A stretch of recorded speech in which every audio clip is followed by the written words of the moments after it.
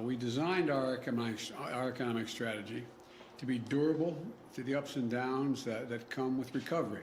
There are ups and downs.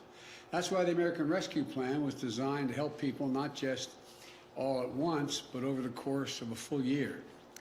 So we could continue supporting families, small businesses, state and local budgets to help them weather those ups and downs. And now that the economy is back on track, we're making progress on the second phase of our strategy, ensuring long-term growth. That's what my Build Back Better agenda, including my Americans Family Plan and the bipartisan infrastructure agreement we reached last month, that's what they're all about, long-term. But to keep our country moving, we have to take another step as well. And I know you're all tired of hearing me during the campaign and since I'm elected president, talk about it. And that's bringing fair competition back to the economy. That's why today I'm going to be signing shortly an executive order promoting competition to lower prices, to increase wages, and to take another critical step toward an economy that works for everybody. The heart of American capitalism is a simple idea: open and fair competition. That means that if your companies want to win your business, they have to go out and they have to up their game. Better prices and services, new ideas and products. That competition keeps the economy moving and keeps it growing. Fair competition is why capitalism has been the world's greatest force of prosperity and growth. By the same token, competitive economy means companies must do everything they do to compete for workers, offering higher wages, more flexible hours, better benefits. But what we've seen over the past few decades is less competition and more concentration that holds our economy back. We see it in big agriculture, in big tech, in big pharma. The list goes on. Rather than competing for consumers, they are consuming their competitors. Rather than competing for workers, they're finding ways to gain the upper hand on labor. And too often, the government has actually made it harder for new companies to break in and compete. Look at what that means for family budgets. Take prescription drugs. Just a handful of companies control the market for many vital medicines, giving them leverage over everyone else to charge whatever they want. As a result, Americans pay 2.5 times more for prescription drugs than in any other leading country. And nearly 1 in 4 Americans struggles to afford their medication. Another example, hearing aids. Right now, if you need a hearing aid, you can't just walk into a pharmacy and pick one up over the counter. You have to get it from a doctor or a specialist. Not only does that make getting hearing aids inconvenient, it makes them considerably more expensive. And it makes it harder for new companies to compete, innovate, and sell hearing aids at lower prices. As a result, a pair of hearing aids can cost thousands of dollars. That's a big reason why just 1 in 7 Americans with hearing loss actually use a hearing aid. Another example, internet services. There are more than 65 million Americans live in a place with only one high-speed internet provider. Research shows when you have a limited internet operation, you pay up to 5 times more on average than families in places with more choices. That's what a lack of competition does. It raises the prices you pay. It's not just consumers getting hurt. Big Ag is putting a squeeze on farmers. Small and family farms, first-time farmers, like veterans coming home and Black and Latino and Indigenous farmers. They're seeing price hikes for seed, lopsided contracts, shrinking profits, and growing debt. Lack of competition hurts workers as well. In many communities, there are only a handful of employers left competing for workers. Think of company towns across Appalachia and other parts of the country where one big corporation runs the show. When corporations have that kind of leverage over workers, it pushes down advertised wages by up to 17%. And as competition decreases, businesses don't feel the pressure to innovate or invest in their workforce. That hurts working families and hurts our economy. All told, between Rising prices and lowering wages, lack of competition costs the median American household $5,000 a year. Well, look, I'm a proud capitalist. I spent most of my career representing the corporate state of Delaware. I know America can't succeed unless American business succeeds. But let me be very clear. Capitalism without competition isn't capitalism. It's exploitation. Without healthy competition, big players can change and charge whatever they want and treat you however they want. And for too many Americans, that means accepting a bad deal for things that you can't go without. So, we know we've got a problem, a major problem, but we also have an incredible opportunity. We can bring back more competition to more of the country, helping entrepreneurs and small businesses get in the game, helping workers get a better deal, helping families save money every month. Good news is we've done it before. In the early 1900s, President Teddy Roosevelt saw an economy dominated by giants like Standard Oil and J.P. Morgan's railroads. He took them on, and he won. And he gave the little guy a fighting chance. Decades later, during the Great Depression, his cousin Franklin Roosevelt saw a wave of corporate mergers that wiped out scores of small businesses, crushing competition and innovation. So he ramped up antitrust enforcement, eightfold in just 2 years, saving families billions in today's dollars, and helping set the course for sustained economic growth after World War II. He also called for an economic Bill of Rights, including, quote, the right of every businessman, large and small, to trade in an atmosphere of freedom from unfair competition and domination by monopolies, end of quote. Between them, the two Roosevelts established an American tradition, an antitrust tradition. It's how we ensure that our economy isn't about people working for capitalism, it's about capitalism working for people. But over time, we've lost the fundamental American idea that true capitalism depends on fair and open competition. 40 years ago, we chose the wrong path, in my view, following the misguided philosophy of people like Robert Bork and pulled back on enforcing laws to promote competition. We are now 40 years into the experiment of letting giant corporations accumulate more and more power. And what have we gotten from it? Less growth, weakened investment, fewer small businesses. Too many Americans who feel left behind. Too many people who are poorer than their parents. I believe the experiment failed. We have to get back to an economy that grows from the bottom up and the middle out. The executive order I'm soon going to be signing commits the federal government to full and aggressive enforcement of our antitrust laws. No more tolerance for abusive actions by monopolies.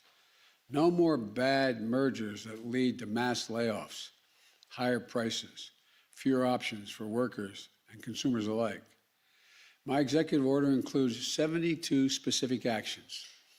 I expect the federal agencies, and they know this, to help restore competition so that we have lower prices, higher wages, more money, more options, and more convenience for the American people. Today, I want to focus on 3 specific actions. First, the FDA, the Food and Drug Administration. We're going to work with states and tribes to safely import prescription drugs from Canada. That's just one of many actions in the executive order that will lower prescription drug prices. Second, the FDA is going to issue rules so that hearing aids can be sold over the counter. That's something the last administration was supposed to have done but didn't do. We're going to get it done. After these rules go into effect, a pair of hearing aids could cost hundreds of dollars, not thousands. And you'll be able to pick them up at your local drugstore. Third, we're going to improve competition for workers. I've talked a lot about non-compete agreements, contracts that say you can't take another job in your field even if you get a better deal. I made a speech, I was just reminiscent with my staff, back in 2018 at the Brookings Institution, where I talked about the non-compete clauses that were just, I found to be absolutely ridiculous, but how prevalent they were throughout industries. At least 1 in 3 businesses require their workers to sign a non-compete agreement. These aren't just high-paid executives or scientists who hold secret formulas for Coca-Cola so Pepsi can't get their hands on it. The recent study found 1 in 5 workers without a college education is subject to non-compete agreements. They're construction workers, hotel workers, disproportionately women and women of color. Think of the 26-year-old employee at a company. She's a star worker, but she isn't being treated right. She's underpaid, passed over for promotions. Competitor across the street knows it, but wants to bring her in at a higher wage, but she can't do it. Her company threatens legal action over a non-compete clause she had to sign in order to get hired in the first place. She can't afford a lawyer for help, so she's locked in. Imagine if you're in her shoes. You'd feel powerless, disrespected, bullied, trapped. That's not right. Workers should be free to take a better job if someone offers it. If your employer wants to keep you, he or she should have to make it worth your while to stay. That's the kind of competition that leads to better wages and greater dignity of work. Look, I'm not going to go into it now, but I used to, there's non-compete clauses or people running the machines that lay down asphalt. If in fact you get offered a job and you have you're in Arkansas doing it, a lot of specific examples, you can't take a job in West Texas to do it. What in the hell does that have to do with anything? No, I'm serious. Or there were clauses in McDonald's contracts. You can't leave Burger King to go to McDonald's. Come on. Is there a trade secret about what's inside that patty? No, but I'm serious. I don't know whether you do know. I didn't know till 5 years ago the incredible number of non-compete clauses for ordinary people who is done for one reason: to keep wages low. Period. Look, my executive order calls on the FTC to ban or limit non-compete agreements. Let workers choose who they want to work for.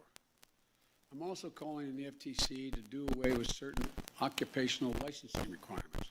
You realize if you braid hair and you move from one state to another, sometimes you have to do a 6-month apprenticeship, even though you've been in the business for a long, long time. What's that all about? Military families, for example, they're often on the move between states with each new assignment. So you have a woman in the military, her husband's following her, or vice versa. Guess what? If you're a plumber, you have to get a different license when you move from Delaware to Missouri. Look, it can't be a significant burden to get a new license in a new home state. That burden can't be around anymore. It takes time and it takes money. It takes a toll on families' income while you're waiting. We should remove that barrier, providing more mobility, more opportunity, higher wages for families on the move.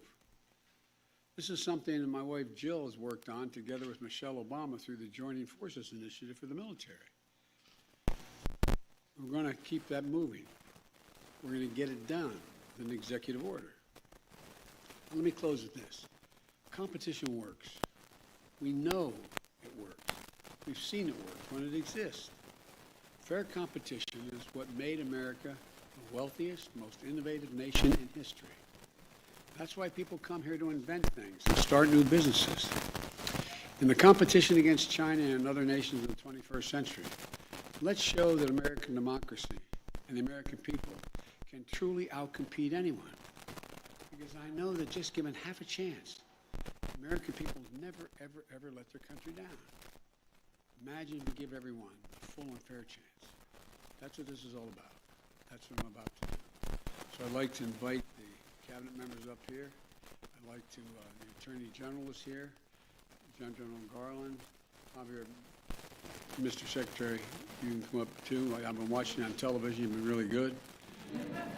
Gina Raimondo, also Pete Buttigieg, and the chair of the FCC, Lena Khan, acting chair of the FTC, and director of the National Economic Council.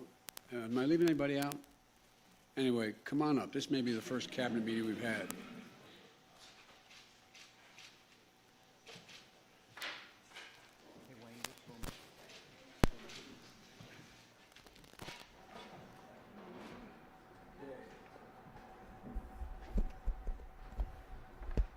Voting competition in the American economy.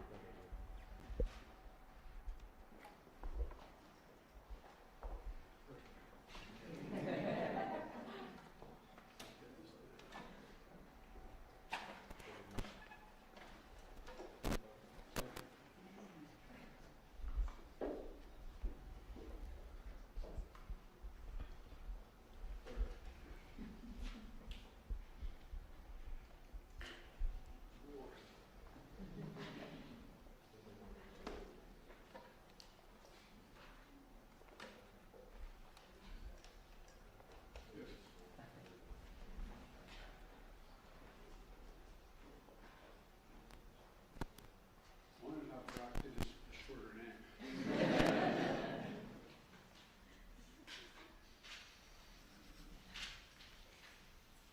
Thank you. Thank you, everyone.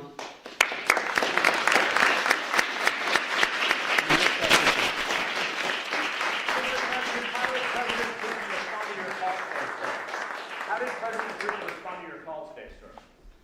Well, I made it very clear to him that the United States expects, when a ransomware operation is coming from his soil, even though it's not sponsored by the state, we expect them to act if we give them enough information to act on who that is. And secondly, that we've set up a means of communications now on a regular basis to be able to communicate to one another when each of us thinks something's happening in another country that affects the home country. And so it went well. I'm optimistic.